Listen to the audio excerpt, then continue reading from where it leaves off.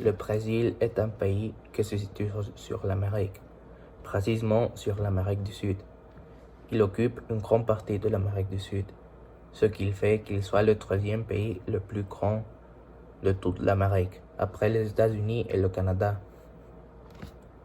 Depuis les années 2000, le Brésil voit un grand développement économique et devient un grand pays émergent. Actuellement, le Brésil est la 8e puissance économique mondiale, grâce à son succès sur les domaines agricoles et industriels. Aussi, il forme partie de l'association des pays émergents, les BRIC. Par contre, aussi une grande partie de sa population vit dans une immense pauvreté. Donc, on peut dire que l'émergence du Brésil a-t-elle réduit les inégalités socio-spatiales? Premièrement, on évoquera comment le Brésil est devenu un pays émergent qui s'intègre à la mondialisation. Le Brésil est en train d'émerger. Comme on a déjà dit, il émerge surtout grâce au domaine de l'agriculture et l'industrie. Cette émergence de développement du Brésil a permis qu'il puisse construire et développer plusieurs métropoles, comme par exemple Brasilia, qui est sa capitale politique. Grâce à ces métropoles, le Brésil entre dans la mondialisation. Ces métropoles sont très attractives pour les entreprises étrangères car elles sont sécurisées et stables. Et donc ces entreprises s'installent dans ces métropoles. Cela génère un grand pourcentage de revenus pour le Brésil. Ainsi, ils sont attractifs par leurs meilleures opportunités d'obtenir un travail et leurs conditions d'hygiène et de vie pour les populations les plus nécessitées.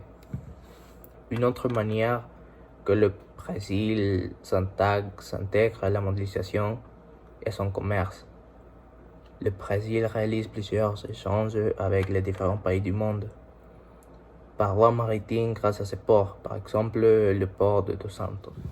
Aussi, grâce à sa rentrée dans la mondialisation, le Brésil est devenu le premier pays exportateur et producteur de sucre, éthanol, jus d'orange, café et de viande.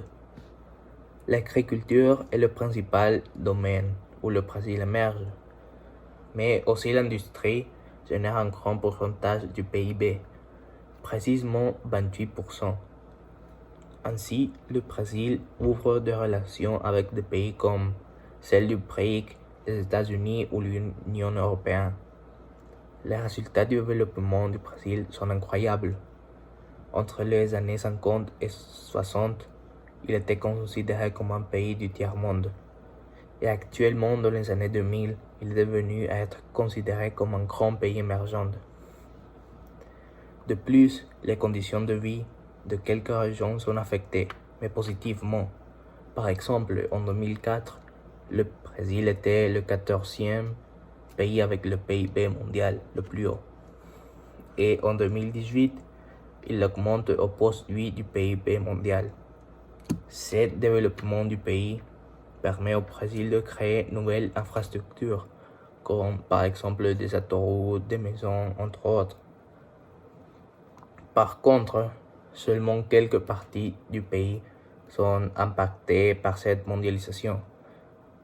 Une autre grande partie du Brésil est affectée négativement. Le Brésil, à part d'être un grand pays émergent, est aussi un pays très inégal à toutes les échelles. En effet, les inégalités du Brésil persistent. Les plus riches, qui sont une grande minorité, contrôlent le 42% des richesses totales du pays. Et les plus pauvres, qui sont une grande majorité, possèdent seulement le 1% des richesses totales du pays. Cette répartition est preuve que les richesses ont une répartition très inégale.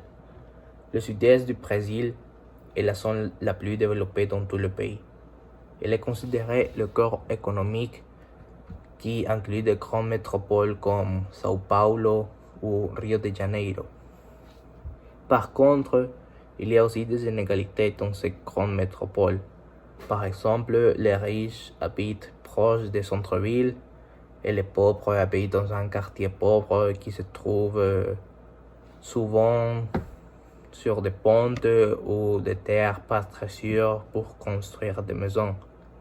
Ils sont appelés les favelas. Ces inégalités affectent surtout les conditions de vie de la population. Les riches ont plus d'accès à tout type de services que les pauvres, par exemple les services médicaux, de loisirs, d'éducation, entre autres. Aussi, les riches vivent dans des endroits meilleurs, hygiéniques et sécurisés, tandis que les pauvres vivent dans des endroits peu hygiéniques et très dangereux. Les mauvaises conditions de vie des pauvres peuvent avoir des conséquences majeures. Par exemple, s'il y a un tremblement de terre, l'habitat des pauvres reste totalement détruit.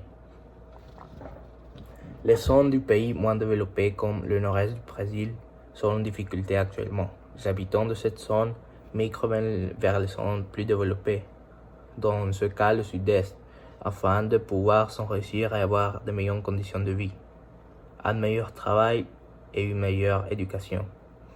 Finalement, il y a une grande inégalité par rapport aux violences. Cette violence est plus représentée dans le nord-est du pays, dans l'Amazonie et dans les favelas, où les acteurs de la violence ne sont pas que les habitants des favelas, mais aussi la police. Donc, on peut finir par dire que le Brésil est un pays émergent, que pour une partie, il améliore les conditions de vie de la plupart de la population. Par contre, les inégalités du pays sont très importantes. Ces inégalités sont surtout sociales, mais aussi dans l'espace. Cela se manifeste par les violences ou l'immigration des plus pauvres aux régions les plus riches. Donc, on peut dire que les inégalités socio-spatiales sont présentes encore dans la société brésilienne.